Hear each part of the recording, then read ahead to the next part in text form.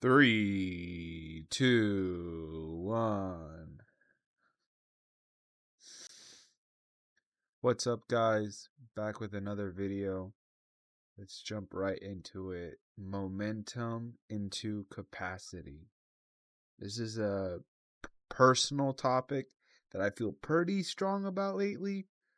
I want to see if y'all can relate to this.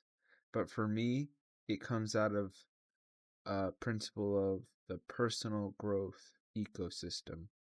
The idea for me in my head is that like you have different sectors and you can think of them like literally or creatively or however, but you have different sectors of like who you are, and then like basically if you do good things, you're gonna cultivate things you grow into that is an ecosystem that helps you live and helps you continue to thrive off of actually thriving things and not just things that are at face value that may almost, I don't want to say the word is trick, but could let you deceive yourself. So let's say that, right? And it's an ecosystem because it's what you put around yourself, you, thoughts, or actions, or actual environment. Hopefully that makes sense. If you're still with me, cool. So there's like physical, mental, spiritual, creative aspects. There's probably more. And what really sparks this off is that, you know, that the growth a person has in their life is not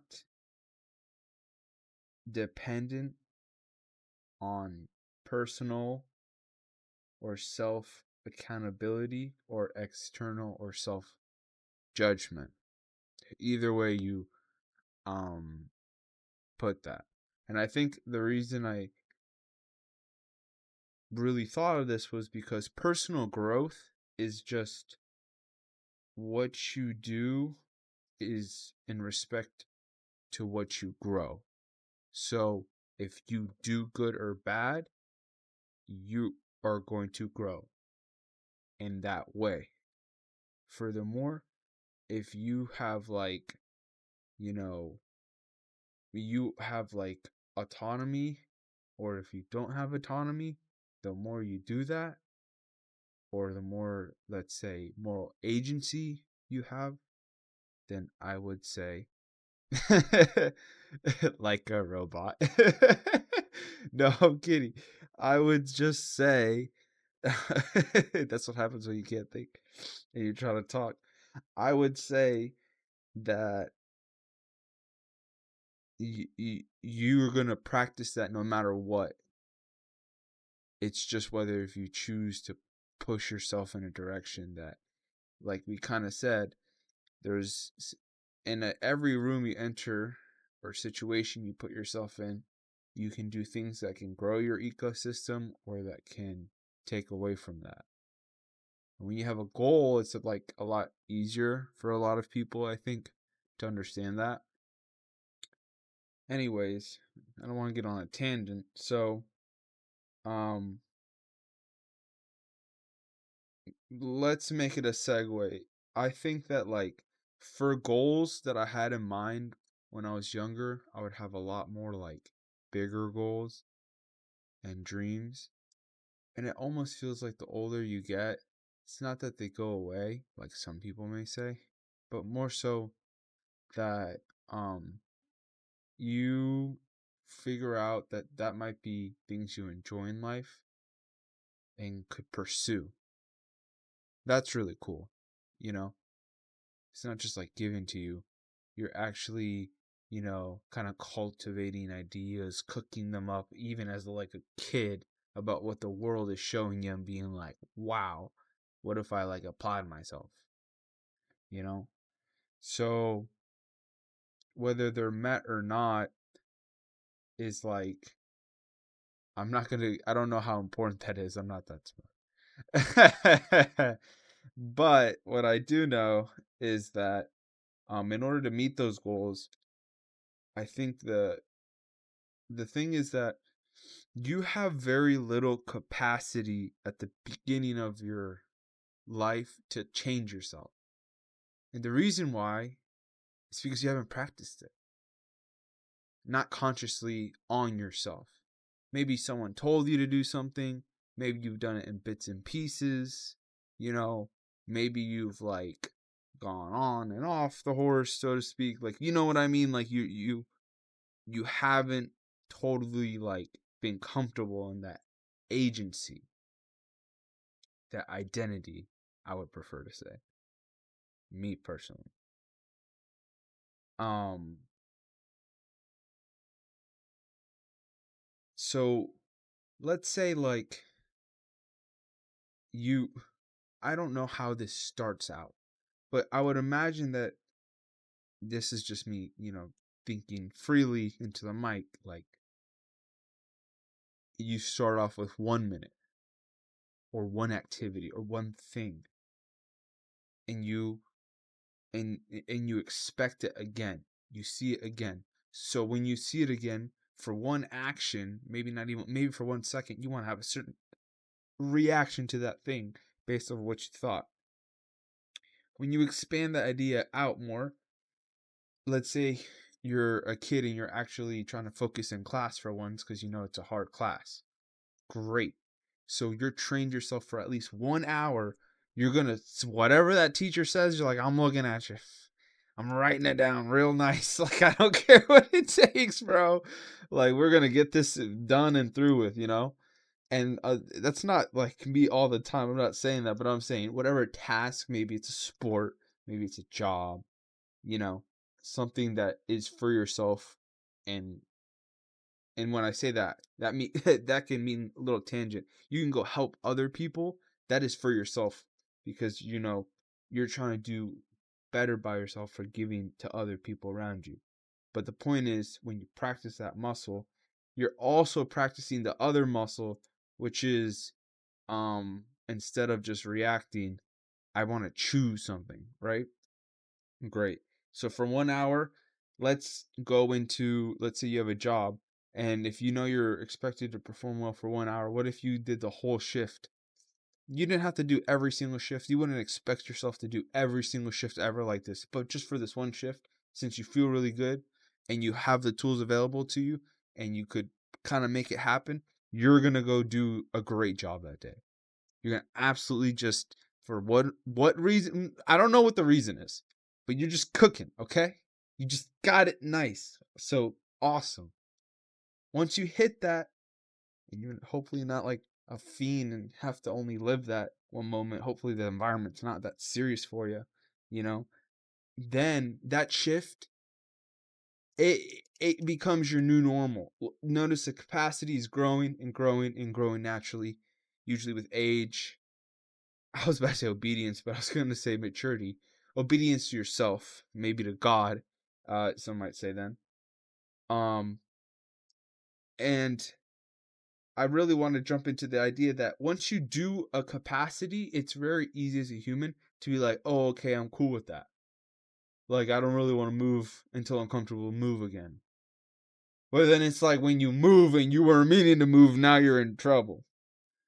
So I think I stopped here because for me, I didn't realize trying to do well once at my job, it eventually now became, I want that whole day to go well. What do I need to tell my mom, my dad, my brother, my coworkers, maybe my manager? What do I need to tell the people that are I and we interact and influence in our life to have the best circumstance to have a great time? What you start realizing when you're like, what happened that day? At least for me, again, I'm just thinking out loud. What happened that day that I did so well at work? Well, basically, what you did was, before work started, you got yourself in the right mindset. Whatever plan you had, you got yourself into the right mindset. You got yourself in that place in your brain where Your momentum is started or is starting, and your capacity is there. Whether you know it or not, I know I can get this done. Great.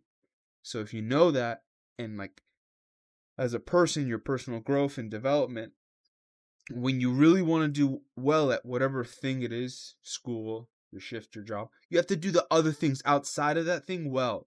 You almost have to like, and how strong that force is in your life, it'd be beneficial for you to grow in the other areas of your life at the same rate.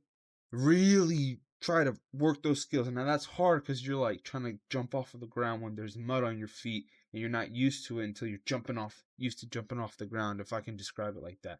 Like getting that momentum, like it's nice when you're warm and life is going well, but it's difficult at the same time. So I totally understand.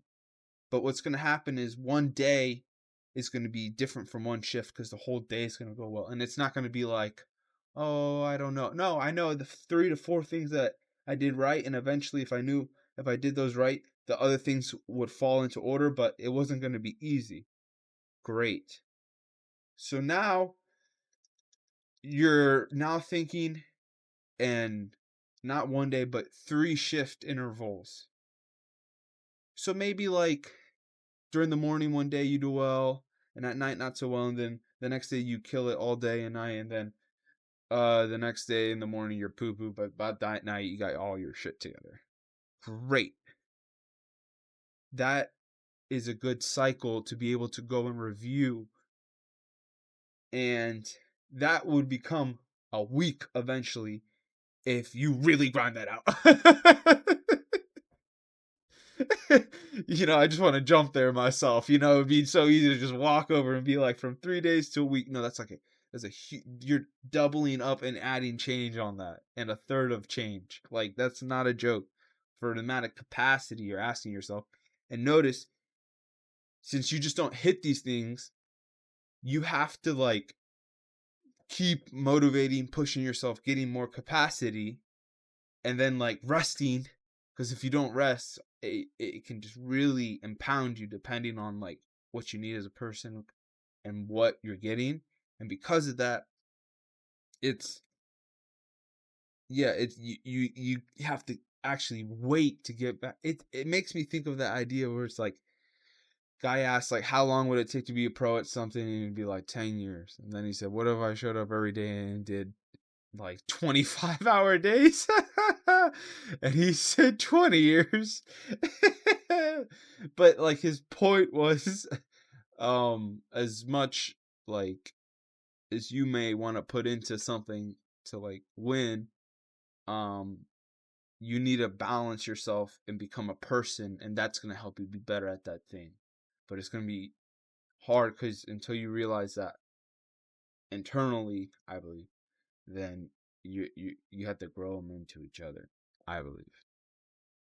So yeah, and maybe I'll talk about momentum a little bit more, because I know that's like I'm still trying to figure that out, because again, it's like having mud and trying to start just sprinting, and it's like the mud is weighing you down, but once you get used to that, you get better. So if you it's weird because I'm using it in context, so it's not going to really work, since if you don't work out, it's going to be difficult. Even if you understand it, you don't understand that feeling of doing it over and over. And that is what I understand, where it's like, for momentum, I feel like we'd have to dive a little bit more into what gets someone to start saying yes.